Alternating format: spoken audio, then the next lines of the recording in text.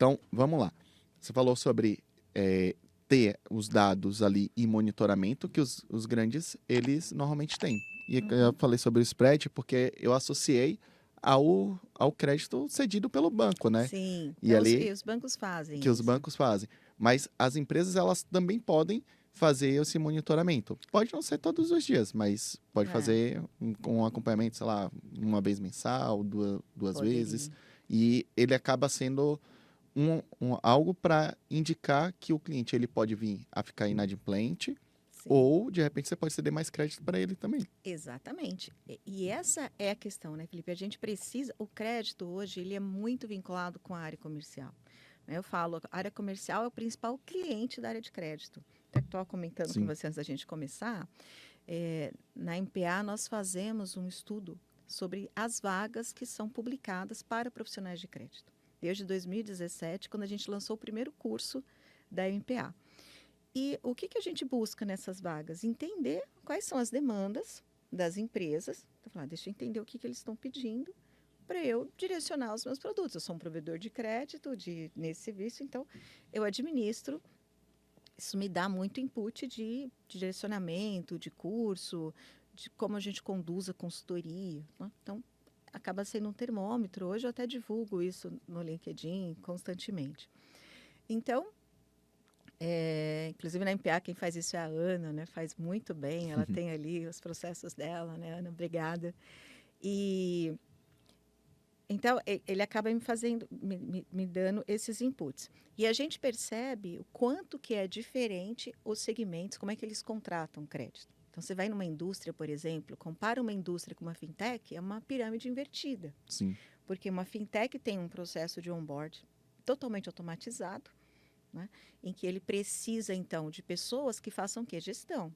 Então, eu até comentei, eu falo isso num dos cursos. A gente tem lá mapeado uma vaga de analista pleno do C6, que praticamente o cara não precisa fazer análise de crédito. Ele tem que saber política de crédito, monitoramento de risco, KPIs. E isso é uma parte. Hoje você estava me falando da questão dos processos de crédito, porque eu preciso monitorar isso e aí eu retroalimento o meu processo. A gente fala sim. muito de análise de portfólio, de fazer essa gestão do meu portfólio.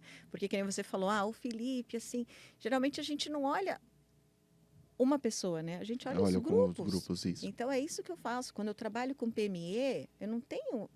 lógico, eu tenho os critérios de análise, mas é sempre olhando o grupo, é sempre olhando o nicho, dividindo ali. Né? A gente faz aquela clássica daquela conta, saber quantos clientes bons eu preciso para cobrir um cliente ruim.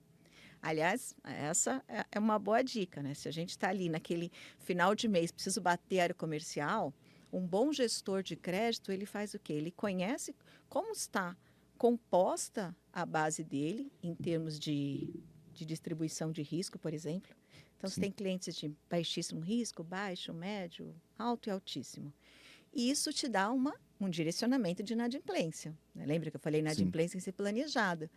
À medida que a minha base cresce, né, como é que ela cresce? Nessa mesma proporção, a minha inadimplência vai se manter mais ou menos.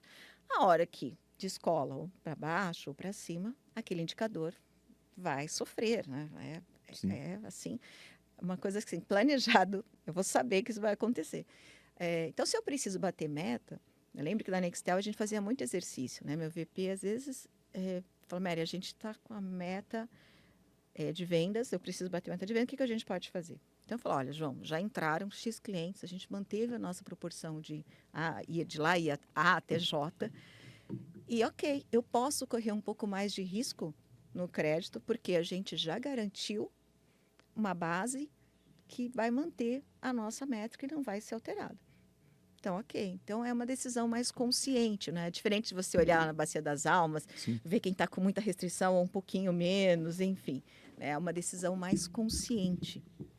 Então, aí volta de novo para a análise do portfólio, volta para a gestão, né, da base. Porque se eu não faço isso, eu não tenho como tomar essa ação bem direcionada nesse momento. Não. Legal. E aí, falando assim, você classifica, eu tenho lá uma quantidade X de clientes que atende ao requisito daquilo que eu vou atender, Sim. certo? E ali eu classifico ele. A do melhor, e aí no caso você falou até o J, que acontecia na Na Nextel. Nextel era até o J, mas... Mas vamos supor que aí dá 10, né? Uhum. E aí, sabendo que o J é o que corre maior risco, eu posso, de repente, falar assim, olha, eu tenho aqui tantos em clientes que eu já concedi e que eu tenho baixíssimo risco, e eu tenho esse aqui que corre um pouco mais de risco.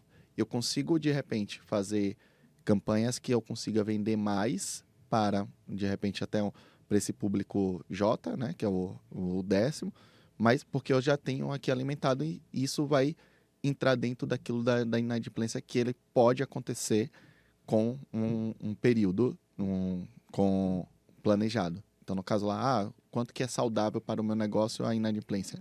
2%, 3%, 6%. Mais ou menos isso. Eu só Mais dou ou um menos isso. exemplo. Não, é exatamente isso. Então, nesse caso, o que vai acontecer? Eu aprovei J e eu já sei que o J tem uma probabilidade de inadimplência maior.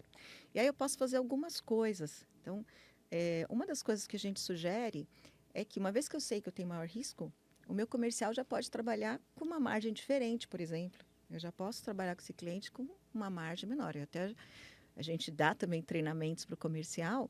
E falar nisso, o comercial precisa ter essa visão. Então, a gente diz que é bem mais fácil vender para cliente ruim do que para cliente bom. O cliente bom, ele vai questionar mais o prazo, vai questionar as margens. Então, assim, eu tenho que usar a minha verba de desconto, por exemplo, para cliente bom.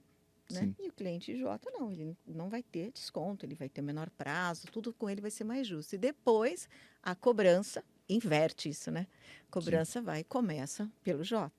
Outra falha que a gente identifica muito hoje é que muitas empresas têm um score, né, da NASA, assim, na hora do crédito. E aí, quando vai para a cobrança, todo mundo segue a mesma trilha. E aí a gente não tem otimização. Então, a gente tem que usar plataformas, né, como essas que Sim. você mencionou, justamente para segmentar essa base. Eu vou trabalhar de forma diferente. Eu tenho clientes que a gente trabalha isso e, por exemplo, receita de juros e multa. Faz parte do negócio dele. Sim. Então, assim, eu não vou mexer com esse. Eu sei que tipo de cliente. Esse cliente é bom, deixa ele atrasar ali 2, 3 dias, né? Não tem problema nenhum.